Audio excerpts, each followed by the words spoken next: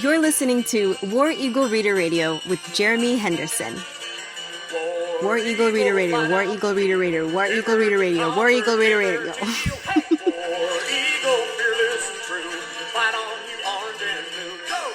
War Eagle Reader Radio. You know, that is pretty tongue twistery. I was going to get on to you, Arista, for kind of mocking the name of the show there at the beginning. It had kind of a mocking tone to it, but no, that's 5 times real fast. Ain't happening with that. War Eagle Reader Radio. Today on War Eagle Reader Radio, we are going to be talking with Amanda. I knew her as Amanda Carter, right? But apparently it is now Amanda Johnson. Yes, 2 years ago she was engaged to Daniel Johnson. Apparently it worked out. Marital bliss in full effect over in Roswell, Georgia right now. And then each day she drives up to Canton, where Amanda is now a fully licensed, fully practicing product of the Auburn University school or college, whatever it is, a veterinary medicine. And you need to get your pooches on over there and find Dr. Amanda, but don't talk to her too long because you can't. She can't. It will strain her voice. It'll be a bad scene. She'll be having to pop Lifesaver Sours for the rest of the day. Yes, Amanda is the girl/woman who lost her voice after the 2013 Iron Bowl and never found it. Well, I mean, she found it, but it took a while, and it's still not quite back all the way. We're talking nodules, scoping throats, ENTs, speech pathology, scalpels, a bad scene. It is hard to believe, but yes, true story. She screamed so passionately at the 2013 Iron Bowl that it has changed her life forever. Thankfully, though, 2 years ago, I wrote the story on her, and she says that she just actually hands this over now to people. She can't talk to them if they want the whole sordid affair. Rather than strain her voice even further, she just says, Google me. There's this incredible writer named Jeremy Henderson, whom God used in my life, like I'm sure he's been used in so many other lives. And so anyway, well, that's I'm just saying that because that's a good thing to hear when you're talking to somebody. So let's just go ahead and get into it and hear about the incredible, interesting updates to her story, because yes, it still very much affects her life and in some interesting ways these days. Hey there. Hello. How are you? Good. How are you doing? I'm good. I apologize for the phone tags we've been playing and the back and forth with the holidays, but I'm here. I'm ready to chat. So now's still a good time. Yes, absolutely. Well, so where are you right now? Thanksgiving Eve. So I am in Montgomery, where I am from. Right. My husband is also from Montgomery, so we are here. We're very lucky that our parents live 5 minutes apart from each other. Oh, fun! Very convenient. Yeah, I was going to ask if it worked out, because I guess last time I talked to you, he was your fiance. I assume it's the same guy. Yeah, I was trying to think of the timing there. Yeah. Yeah. So we are married, and we're in Roswell, Georgia now. So how's that going? I graduated that school in May, and by graduated I mean they were like, okay, you're done, go home, because of COVID. Right. So we didn't really have a true graduation, but we are having a good time, enjoying as much as we can, exploring a new area. Again, it's kind of weird with COVID and restrictions on things, but we're kind of getting settled there a little bit more. Well, so are you a vet? I am. So how's that? I mean, you gotta practice. How's that work? Yeah. So I am practicing at a clinic in Canton, Georgia, so about 30 minutes north of Roswell. So I'm like a full-fledged vet. I graduated and was able to start work early due to my graduation trip being canceled with my family. But so just the daily grind, vaccines, dogs that are puking, the good stuff. Yeah, love those puking, dogs. Yeah, that's like my day every day. Okay, so how many Auburn fans come in there? How many do you get? Have you had one? Yeah, so my boss actually went to Auburn's vet school. She's one of the Kentucky Auburn people, so she went to Kentucky for undergrad, got the in-state tuition at Auburn's vet school. Do you actually get Auburn fans as patients every now and then? Yeah, every so often I do, and occasionally it's funny. Go figure. If anything, I get more just like kind of Bama bandwagon, and I'm like, what are you doing? Like you have Like, I get that more than anything. They'll be like, oh, I saw online that your clinic had a new Auburn grad. Like, I had a cat named Tua the other day. Oh, no. Just things like that. The Tua, the tabby. Kind of yeah. Oh, Yeah. man. Well, so how does it come up? That's what I'm saying. Do you say, by the way?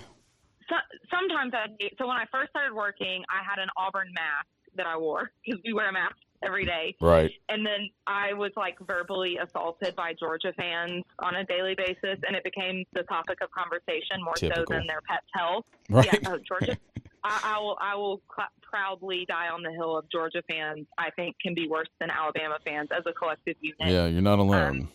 They don't have another fan base to like knock them down a peg the way the Auburn and Alabama have to kind of check each other. So I quickly changed to a solid navy mask so that I wasn't dealing with that.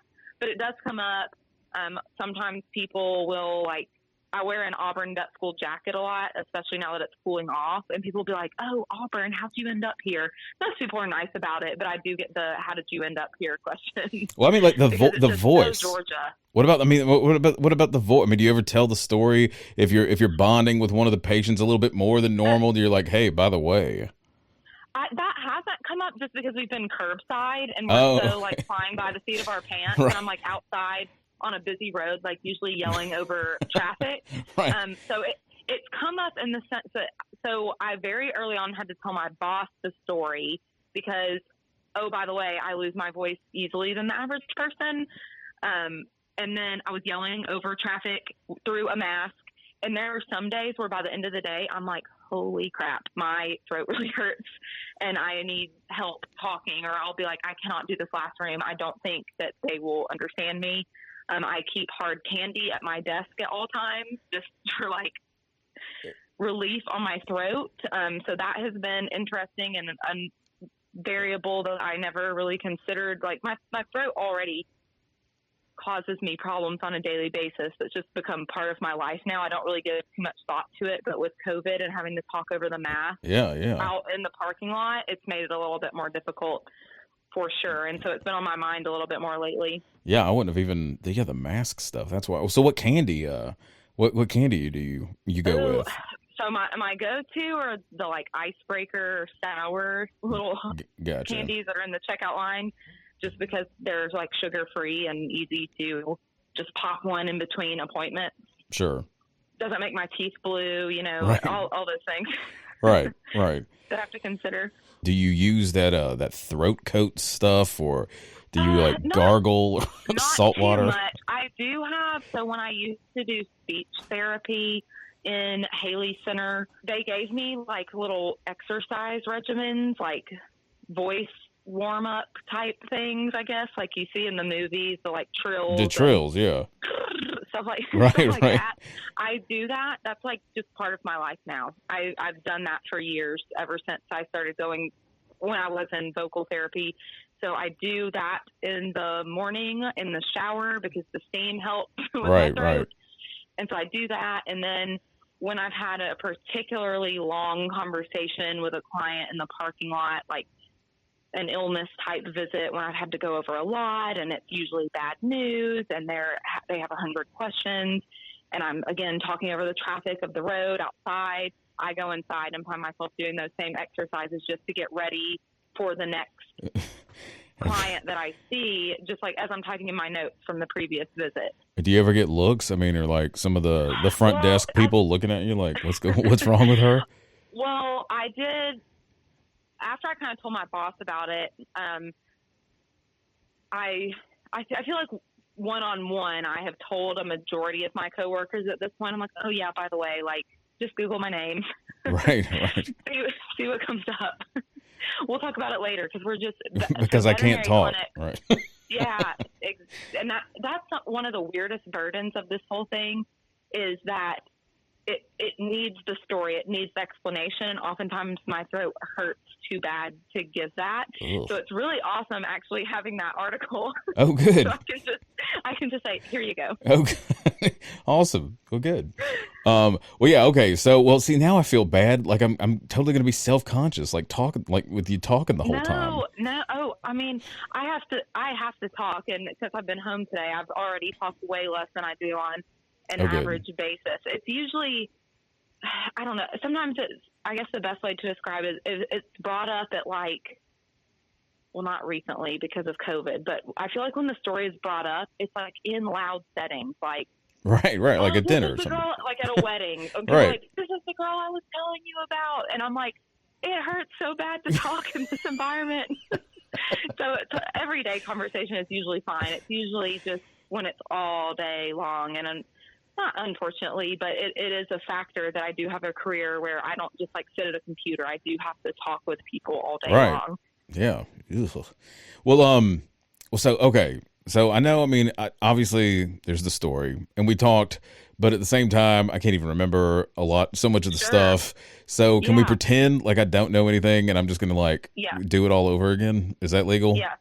Okay. Yes, I believe so. And if you need to trill, you go for it. Okay. I mean, Okay, absolutely. I mean, do you have like is there like a song or something you like do it with or like a certain pitch or something? Sometimes I'll pick just like a little like children's song, like Twinkle Twinkle Little Star or Happy Birthday, just something Right. that's short, sweet, to the point, and that people don't think I'm like too crazy.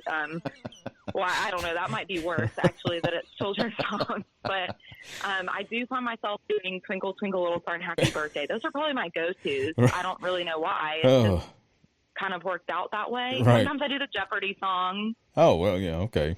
Yeah, I that'd be do good. that a lot, which actually that one probably fits the context of my work because I'll be like just sitting at the computer, like racking my brain. Okay, what do I have to talk to those people about? What do I need to put in this dog's record? And so I'll just do the Jeopardy song because it does hit a lot of different pitches. And Yeah, no, that's a good song. I would do that. I may start doing that. that's actually a pretty common go-to as well. Okay, so when do you come to Auburn? What's the first year? Of my undergrad. I started fall of 2012. 2012. So, I mean, you grew up in Montgomery. Were you always a fan? Why'd you get down here? Oh, yeah. So my grandfather and my mother went to Auburn. My granddad was actually a professor at Auburn. He was in the history department. He lived in Auburn. He actually passed away in 2018. So my whole life, like every Saturday, we went to Auburn to visit him. Right.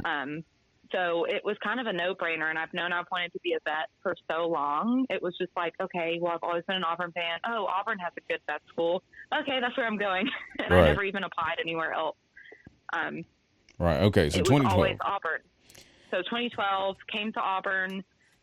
Bad year to start science football major. wise. Yeah, no, but here's my disclaimer. That made 2013 that much sweeter. Oh yeah. Because we went through just like, it was like freshman year, you were so excited, and then it was so bad. And, you know, it was like 2012 on top of that, not only was the football season bad, your freshman year, you're still trying to find your place at Auburn, right? So Right. I didn't have like a solid friend group that I was going to games with. I had my now husband was my boyfriend at the time. So Did y'all know each other in high school? We did. Oh, okay. Well, nice. So, yeah, it's kind of weird that it's been that long now. Thinking about it, seems like 2012 was just yesterday. But so it was like he and I kind of awkwardly. He was going through pledgeship, and then like I was in the sorority, but I didn't really know anybody.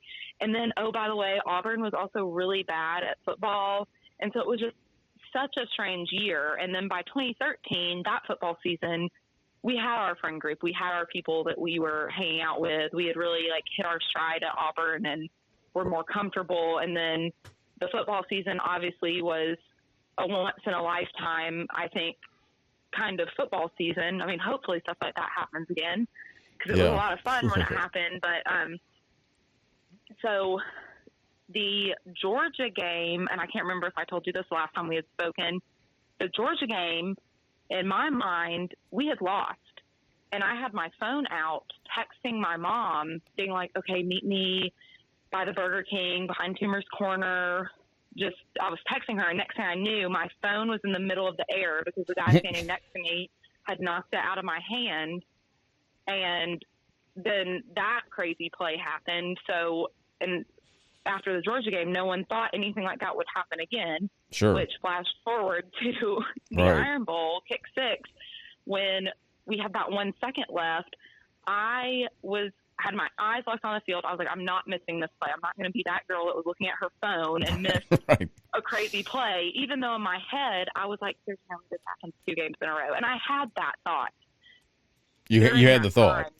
Like, I had the thought. I was like, there's no way this happens. Like, what the heck? The Georgia game was so crazy, and I missed it because I was on the phone, and I was still kind of beating myself up about that. And then next thing I know, I was on the field, cut up after jumping through sticker bushes. My jeans were, like, ripped open, and it was madness, and it all happened so fast. And then in regards to my voice, I remember the next day I could not talk. Right. I could not talk. My throat hurt so bad. But a lot of people were that way. And at the time, I was living on the sorority hall, so I was surrounded by girls who were also very hoarse and who had been at the game. And then, you know, we kind of trudged through finals week, and I guess finals started 2 weeks or so after that. And I was buckled down and silent and studying. And sophomore year was the year that I took organic chemistry and just all of these notoriously awful classes. So I was like locked away, not speaking, just absolutely hunkered down. And I remember thinking, like, why is my voice still not back? Right. Everyone else's is back. And I haven't been talking. I haven't been yelling. I've been studying. So you remember thinking that? You remember thinking that, like, okay, you know, Madison down the hall can talk now. And exactly. But so and for you, like, had that, you know, because I've been hoarse before, obviously, but I mean, was this something that was a regular thing for you? I mean, like a few times throughout your life? I will say both my mother and I are very prone to getting hoarse. Like, if my whole family went to a concert or something, like, my mom and I would be hoarse and my dad and brother wouldn't be. Okay. And my mom is very prone to losing her voice. So that was my first thought. I was like, that's kind of it. It was more of like I raised my eyebrows. my mother, right? Yeah. I was like, my voice is still not back. That's very annoying. Like after 2 weeks. Right. Yikes. And so I was just like, this is just kind of weird. I could talk, but it was still very obviously scratchy. It wasn't completely gone like it was the day after. Then I got through finals week. I went home, and we had a like kind of hangout with our high school friends when we got back from the holidays, like we did every Christmas break. Everybody was back. We would all meet at somebody's house, all catch up. And one of my friends who went to Bama, her and I were talking, and she goes, Amanda, like, why is your voice like that? She was like, are you okay? And it's hilarious now, especially with COVID, everyone being so hyper aware of people being sick. But this girl was like, are you sick? Do you need to go home? I was like, no, like, I just lost my voice at the Iron Bowl. And she, of course, rolled her eyes, being a Bama fan, and was like, okay, yeah, right. And I was like, no, seriously, my voice has been hoarse since the Iron Bowl. And when she gave me that hard time, that was when it first kind of clicked, like, okay, this isn't normal. Because she even made a comment like, the Iron Bowl was like a month ago. Why are you so hoarse? Right. Then next thing I knew, I was swept up into the spring semester. And I don't know if all students felt this way, but the spring semester was always more chaotic to me than the fall semester. It just seemed to go by much faster. I guess I don't know why. I just always felt that way in undergrad. And next thing I knew, it was like well into the spring semester, and I was still, again, my voice was not gone, but it was scratchy. And right. It hurt to talk, but it just became so part of my life that I kind of just, it wasn't a pain so bad that it stopped my everyday activity, but it was enough to be like, that does not feel right. But I just didn't really think about it. And then I was just so busy, and I'm trying to remember the exact timeline. It's been so long now, but I want to say it was the summertime before I finally was like, okay, like, I need to go to a doctor. This is not normal. I mean, is the boy now? What's your husband's name again? Daniel. I knew that. Yes, Daniel. I mean, was Daniel saying anything? Baby, you might need to go, or like, I like this husky voice. Keep it. Yeah. Like, I mean, what was he? What was going on? He was kind of, it was like we were both aware of it, but because I wasn't bothered by it he was just kind of like, I mean, you do what you need to do. And I think I just kept being like, it's going to come back. It's going to come back. It was almost like a state of denial. I was like, this has never happened to anybody. Like, why is this happening? Right. And again, we just were so caught up in the semester and like schoolwork, and he and I had different schedules that it just was very strange. Sure. And it was strange, but not strange enough for anyone to really give me that much feedback on it. Right. And I think people, if I'm being honest, I think people just kind of got used to it. It's Right. like they forgot what my voice was supposed to sound like. Right. It's Scratchy Amanda. That's her. Her voice is just scratchy. And it's funny. So there was a place in Auburn, D Square Donuts. I don't know if you'd ever been there. It's since closed now, but I ended up working there one summer, but they knew me as Scratchy Girl's voice. And when Seriously? I told them, when I started working there, well, I told my boss the story of like what happened to my voice.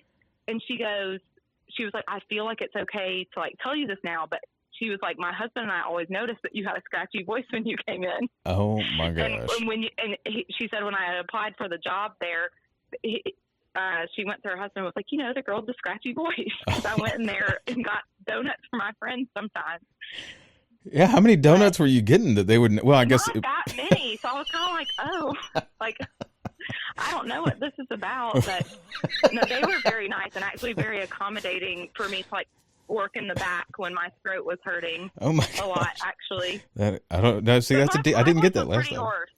My voice was pretty hoarse. Like it is pretty funny to think back on. I'm like, why did I not go to a doctor sooner? I mean, like, did it sound, when you say like hoarse, like classically hoarse?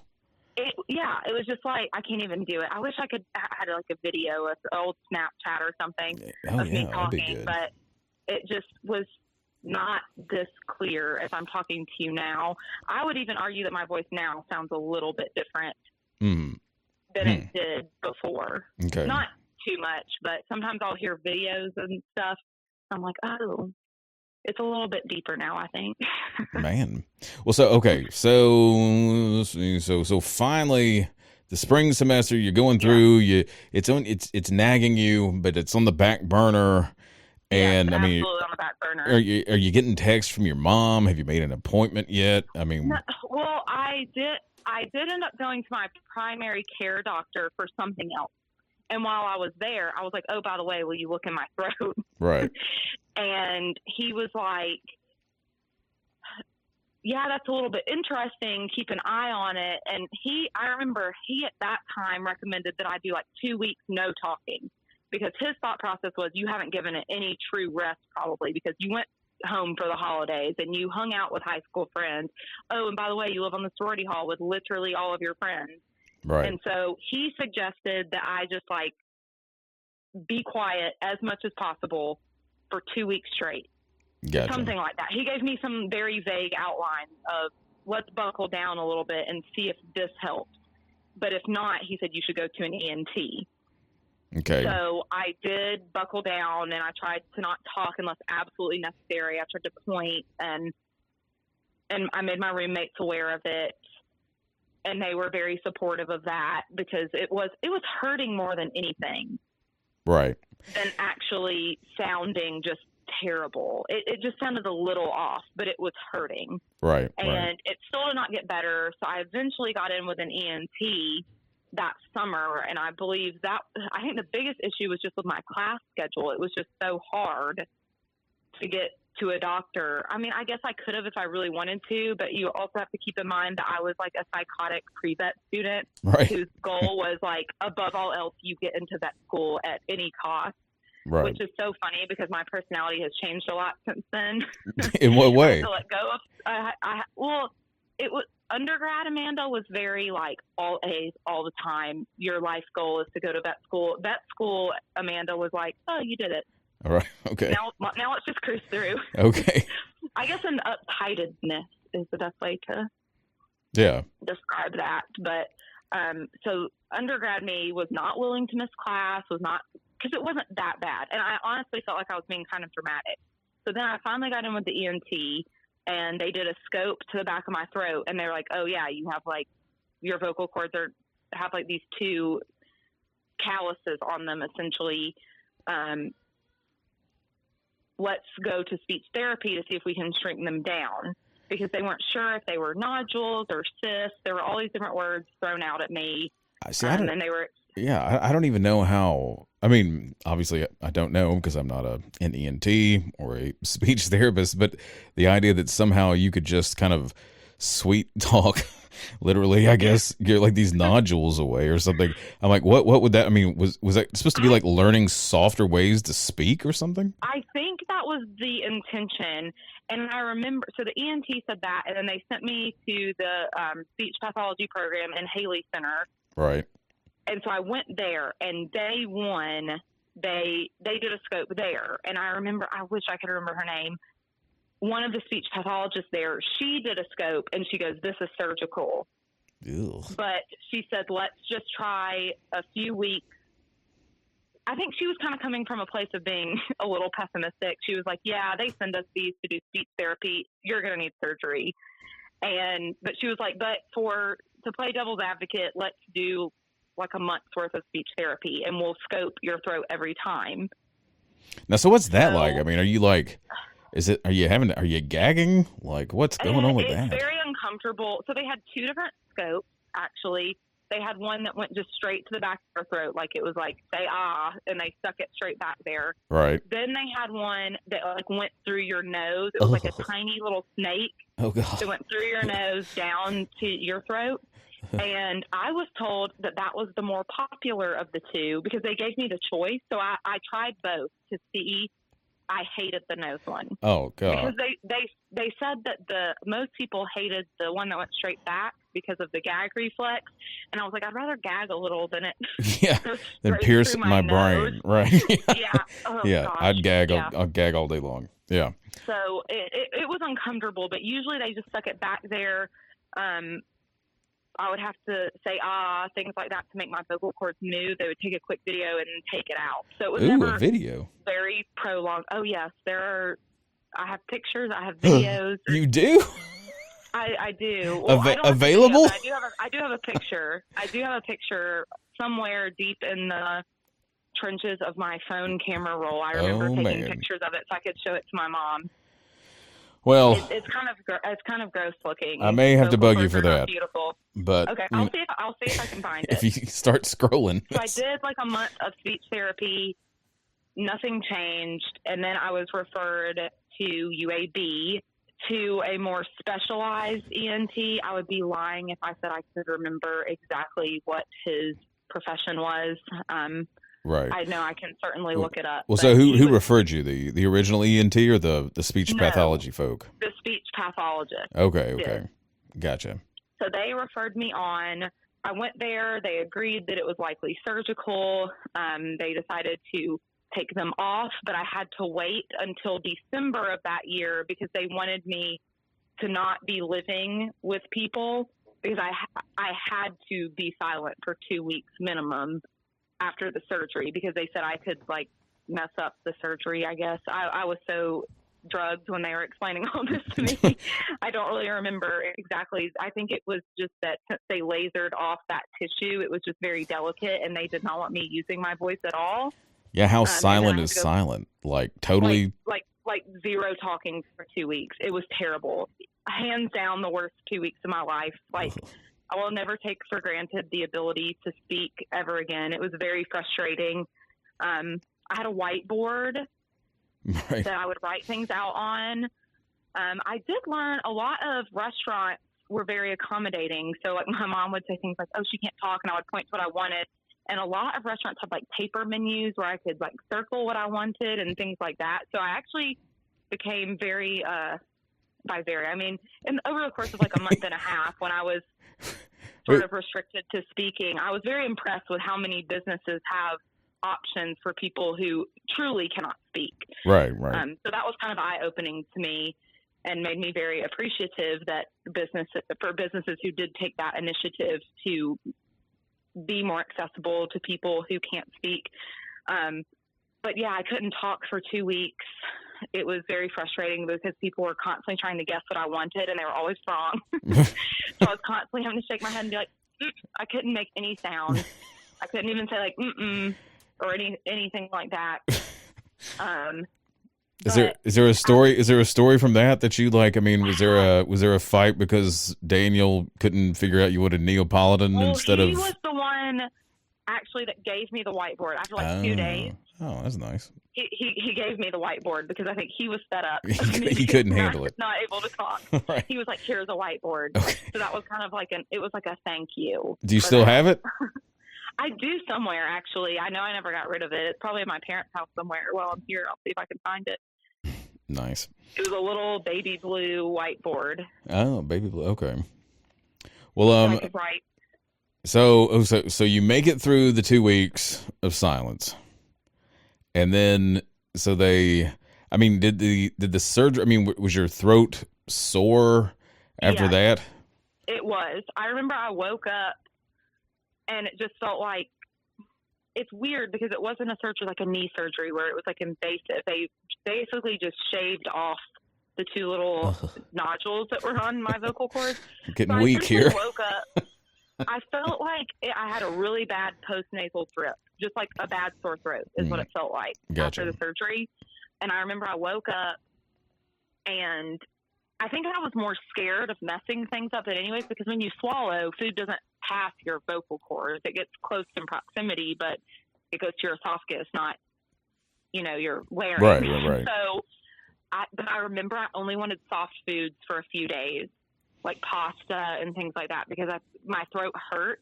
And I think the thought of eating something that wasn't soft just made me nervous more so than anything. Right. Now, let me ask: are you when you're going and you're talking to the doctors and the pathologists and everything? I mean, are you given the backstory to any of it, or are they just you're just like, okay, you're a nodule girl? I got multiple different opinions just because I saw so many different people along the way in this journey. I saw the original ENT, the speech pathologist, and then obviously the surgeon. The surgeon was more of the opinion of those nodules probably didn't form. I mean, and with my animal medical knowledge, I guess this makes the most sense too. Those did not just like pop up after the iron bowl. Like it wasn't like an acute, you scream too loud. Sure. His thought was more that I lost my voice at the iron bowl and that I was not kind to my voice after the fact, that I kept kind of like what my primary care doctor said was I never had that true period of rest. Sure. Which in my mind, I sort of did with finals week. Yeah, you had the finals week, right. Right. But, so his thought was just kind of like I probably should have had finals month. More time. Right. Yeah, I had a finals month, not finals week, exactly. So he thought that it was just kind of the wear and tear of, and I'm probably just more sensitive to begin with, because I did tell him the background of, if anyone in the family is going to lose their voice, it's going to be me and my mom. Sure. So he said I probably was just more predisposed to it. And then, oh, by the way, you kept yelling, you kept talking. Yeah. Well, so, I mean, that's the theory that I can get the most behind, which is probably what happened. Well, so in terms of your own, I don't know, sense of the way life is going, I mean, were you in disbelief a little bit that like, I can't believe that this has happened? Was it instantly a thing of like, oh my gosh, the Iron Bowl kind of sort of ruined my voice? I mean, or was it kind of just looking back being like, oh wow, like I don't know, it would just be to me, I guess, kind of surreal to think that like I yelled at a freaking football game. And the funniest thing about all this to me, and this is a little bit more in hindsight, like obviously I'm a very big Auburn fan. I grew up an Auburn fan. I don't lose sleep over Auburn sports in the way that my husband does.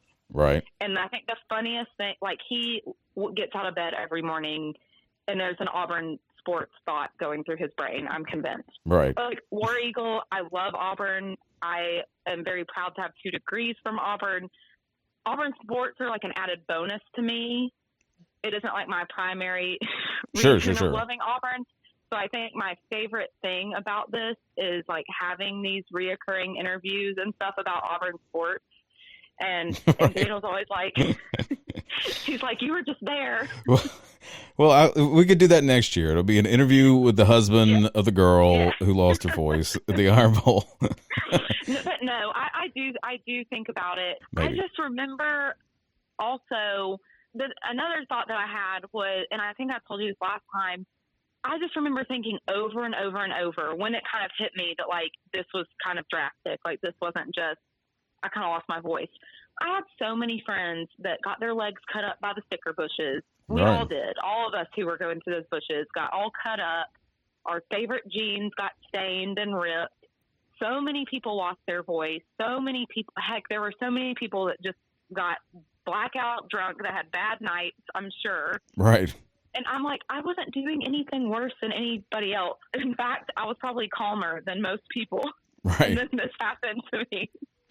So that's probably the most like surreal thing about this whole thing is I'm like, what did I do to have this happen? Because it does still affect me, and it's just a part of my life now. You know, I have to watch my voice when I'm yelling at people not yelling at people, but projecting my voice curbside as a veterinarian on a road with busy traffic. And I think about it like every single day because I'll be like, my throat. Oh yeah, that's because of the Iron Bowl. Yeah, I know. Well, see, yeah. I mean, have you screwed it up? Not screwed it up. Have you had like an incident since then? Like, oh no, like it did start hurting again really badly. Well, like I said, it kind of hurts every day, just mildly, like on a scale of 1 to 10. It's like around a 2. Like it's just there enough for me to notice it. Right. There was a period, I think it was my second or third year of vet school, and I want to say it was kind of shortly after we talked the last time, where it was hurting a little bit more than normal, and so I ended up going back to the surgeon for them to scope my throat because I didn't want to play the game of the speech therapy and do all that if I didn't have to. Right. So I kind of just went straight to the head honcho. I had also heard that he was moving.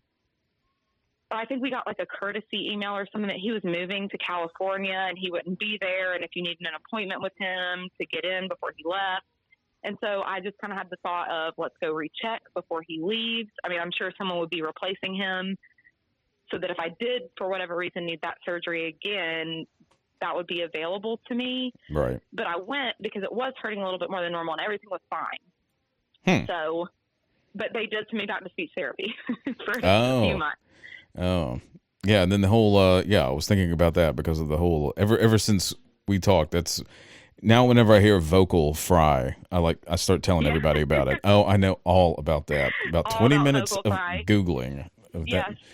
So how often does it still come up? I mean, obviously I know you think about it because of the job and whatnot, but I mean, if you're ever talking, I mean, obviously Daniel, I'm sure likes to brag a little bit. Yeah, he does talk about it. I'm sure he does, especially now that we're in Georgia, surrounded by Georgia fans all the time. Like, oh my gosh, they're unavoidable. Yeah, makes my skin crawl a little bit. So I don't know. It really more comes up as in situations where, and I feel like it will come up more in Georgia when we are able to go out to restaurants again with live music and things like that, because I feel like that's when it came up the most. Was oftentimes people, you meet them at weddings, in restaurants, at bars. Sure. And I just have to kind of stand there with a smile on my face, like, yeah, I can't talk in here. Man. So with COVID, it's been a little bit different. I feel like I've brought it up less than ever since it's happened, just because we are kind of just hanging out at home more. Right. But also another COVID-ism of my throat hurts every single day. Every single day of my life, my throat hurts a little bit. What is the COVID symptom that has me the most paranoid all the time? Oh, no. I never know. I'm like, is today the day? It hurts a little bit more than normal. Oh, no. Is this COVID creeping up in my throat, or is this just I talked a little bit extra yesterday at work? I wonder if this would be a pre-existing type thing. Like if they went in and you talked to them. Yeah. I don't know. I mean, maybe. I don't know, but whenever I've had like a scare or known that I've been exposed, my brain goes into overdrive of, okay, my throat kind of hurts today. And then I have to think back, how much talking did I do the day before? Good grief. Yeesh. So that's kind of a... Well, so, how loud can you, I mean, are there times that you have to like mentally put on the brakes that you don't realize, have you just gotten so used to kind of maintaining an even vocal keel? Yeah, that it's more of that for sure. I don't yell at concerts. I don't yell at Auburn games really ever. Like I'll say Bodegetta in like this tone that I'm talking to you. So like I'm not yelling from like the pit of my stomach or anything. I've really gotten used to just like shaking my shaker with like this blank stare to where I think everyone thinks that I'm just this like Right. miserable Right. wife that's at the Auburn game that's like, oh, she doesn't want to be here. Right. That's really more what it is. Well, so I mean, so do you still go to games? Like how? I mean, Yeah, we've had season tickets ever since. Well, we have them as students, and we've continued it through all 4 years of that school. This year's a little bit different, just with everything. We paid our little Tigers Unlimited fee, but don't have tickets, I guess, just with the way things have been cut Right. back. But now is he a vet too? certainly. What was that? Is he a vet too? No, he is not. He majored in agronomy and soils in Okay. the College of Ag. And so he's been working, but we pay. So what was tricky the last 4 years that I was in vet school was that I had access to student tickets and he didn't. So we just did regular, the young alumni season tickets, and then I didn't buy student tickets. Right. Okay. So that we were able to go. But we went to pretty much every single game. Last year, the only game that I did not go to was the Georgia game because it was the weekend before my board exams. And I told myself, I said, if I go to that Georgia game and then I don't pass, Right. I will blame myself forever Right. on going to the Georgia game. Well, so I mean, do you even? And this may be weird, and if you're like, you know, I don't.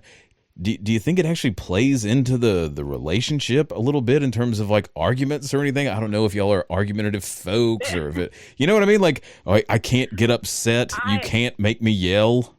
Well, yes, but more so than anything, probably the thing that if we're going to get in a fight about something, it's like I said, Daniel gets out of bed every morning thinking about what sporting event is going to be on. Right. And whenever I am occasionally accused of not caring about sports, I'm like, are you serious?